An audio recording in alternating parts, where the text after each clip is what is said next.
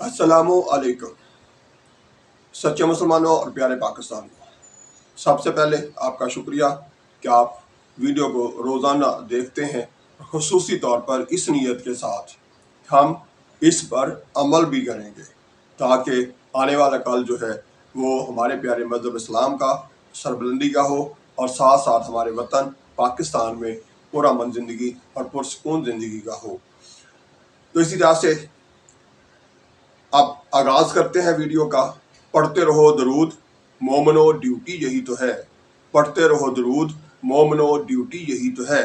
سارے جہاں کی مومنو بیوٹی یہی تو ہے۔ صلی علی نبینا، صلی علی محمد، صلی علی شفیعنا، صلی علی محمد۔ سچے مسلمانوں اور پیارے پاکستانیوں، ہمارا اس چینل بنانے کا مقصد جو ہے وہ یہی ہے کہ ہم سب مل کر جہاں جہاں ہمارے اندر کوتاہیاں ہیں ان کوتاہیوں کی نشاندہی کریں، ایک دوسرے کو یاد دلائیں اور ان خامیوں کو ختم کر کے بہتر پاکستان، بہتر انسان اور بہتر امت محمدیہ بن کر ابھریں۔ تو میرے پیارے پاکستانیوں اور سچے مسلمانوں، اب آتے ہیں آج کی حدیث کی طرف۔ ہمارے پیارے آقا محمد مصطفیٰ رحمت للعالمین صلی اللہ علیہ وآلہ وسلم کا فرمان ہے، اگر تم یہ جانتے کہ پہلی صف کا کیا اجر ہے تو اس کے لیے قرآن اندازی ہوتی۔ صحیح مسلم حدیث نمبر 984 984۔ پیارے پاکستانیوں اور سچے مسلمانوں، ہمارے پیارے آقا حضرت محمد مصطفیٰ صلی اللہ علیہ وآلہ وسلم اس حدیث میں اپنی امت کو مسجد میں نماز یعنی باجماعت نماز کی اہمیت بتاتے ہوئے یہ کہہ رہے ہیں، یہ بتا رہے ہیں کہ اگر تم جانتے کہ پہلی صف کا کیا اجر ہے تو اس کے لیے قرآن اندازی ہوتی، یعنی اتنا زیادہ لوگ پہلی صف میں پہنچنے کو ترجیح دیتے، اتنی زیادہ تعداد میں کہ مجبوراً قرآن اندازی کرنا پڑتی۔ لیکن افسوس، صد افسوس، ہم تو مسجد جاتے ہی نہیں۔ ہم باجماعت نماز کو تو چھوڑو، ویسے بھی نماز پڑھنے کو ترجیح نہیں دیتے۔ جو دیتے ہیں، جو جاتے ہیں مسجد، ان سب کو سلام، ان سب کو شاباش۔ لیکن جو نہیں جا رہے، مثلا ایک محلے کی مسجد ہے، اس کے آس پاس تقریباً 2000 کے قریب مرد حضرات رہتے ہیں اس آبادی میں، لیکن مسجد میں جا کر دیکھیں تو وہاں پر پہلی صف بھی مکمل نہیں ہوتی۔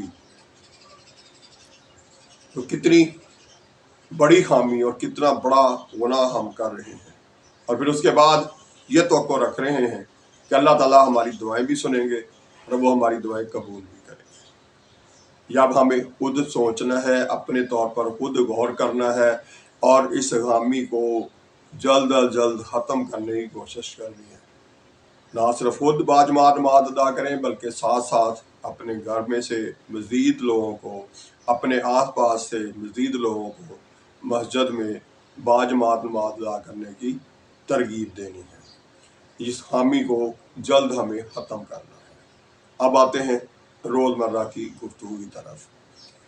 وہ جو کچھ بھی ہمارے ملک میں ہو رہا ہے، میڈیا کے ذریعے، سوشل میڈیا کے ذریعے ہمارے تک پہنچ رہا ہے، اس میں کہاں کہاں کیا بہتری لائی جا سکتی ہے، اس کی نشاندہی جو کچھ مجھے نظر آتا ہے میں بھی کرتا رہتا ہوں مختلف ویڈیوز میں، آپ کمنٹس میں آ کے کرتے رہتے ہیں، لیکن اس کو بہتر کرنے کے لیے ساتھ ساتھ جدوجہد جو ہے وہ جاری رکھنی ہوگی۔ ہمارے ملک میں سچ کا بول بالا ہونے کے بجائے جھوٹ کا بول بالا ہے، اور جو سچی بات کہتا ہے وہ برا لگتا ہے۔ جھوٹ بولنے والے کو سبھی ہلاشیری دے رہے ہیں اور سبھی اس کو ترجیح دے رہے ہیں، اسی کو ساتھ لے کر چل رہے ہیں۔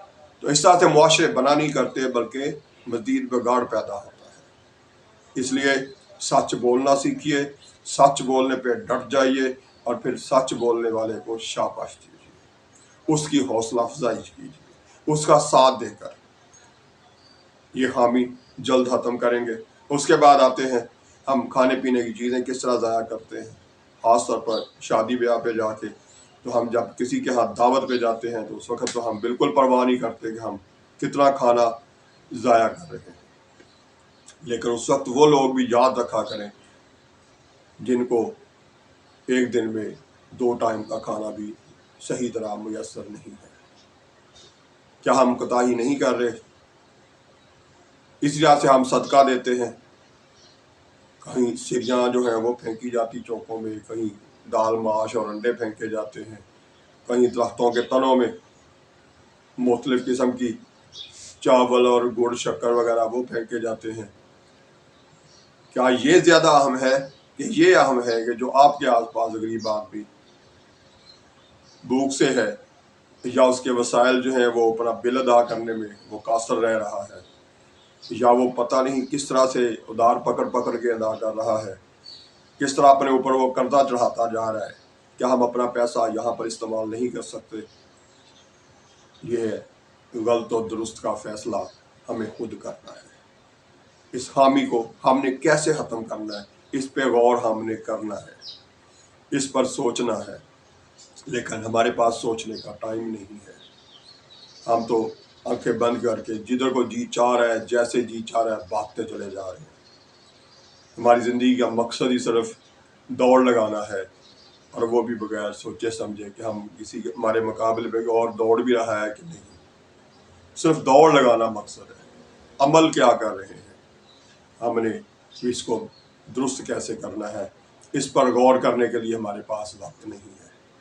تو میرے پیارے پاکستانیوں اور سچے مسلمانوں، جہاں بھی ہیں اپنا کردار ادا کرنا ہوگا۔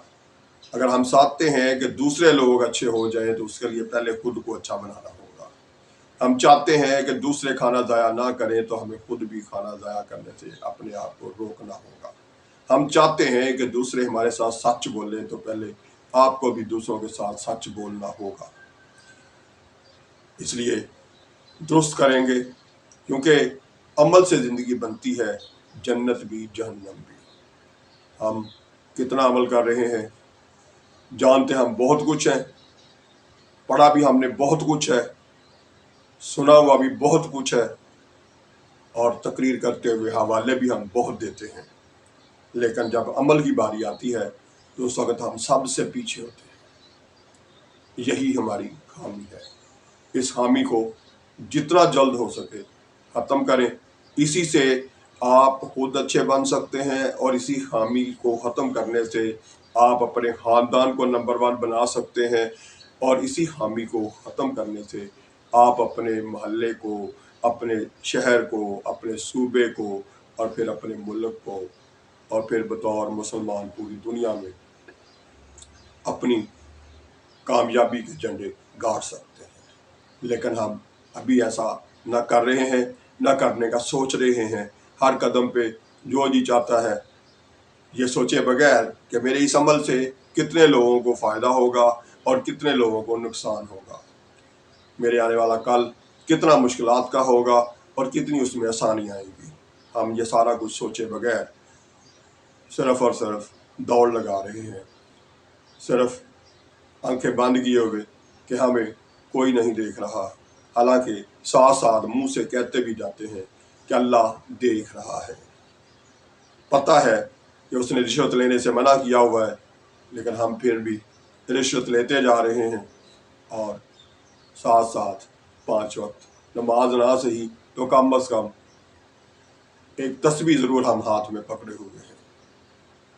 اسی طرح سے تسبیح ہاتھ میں ہے، معاملات طے نہیں ہو رہے تو ہم رشوت دینے کے لیے بھی تیار ہو رہے ہیں، یہ جانتے ہوئے بھی کہ رشوت دینا اور لینا دونوں جرم ہے، اور دونوں کی سزا جو ہے وہ جہنم ہے۔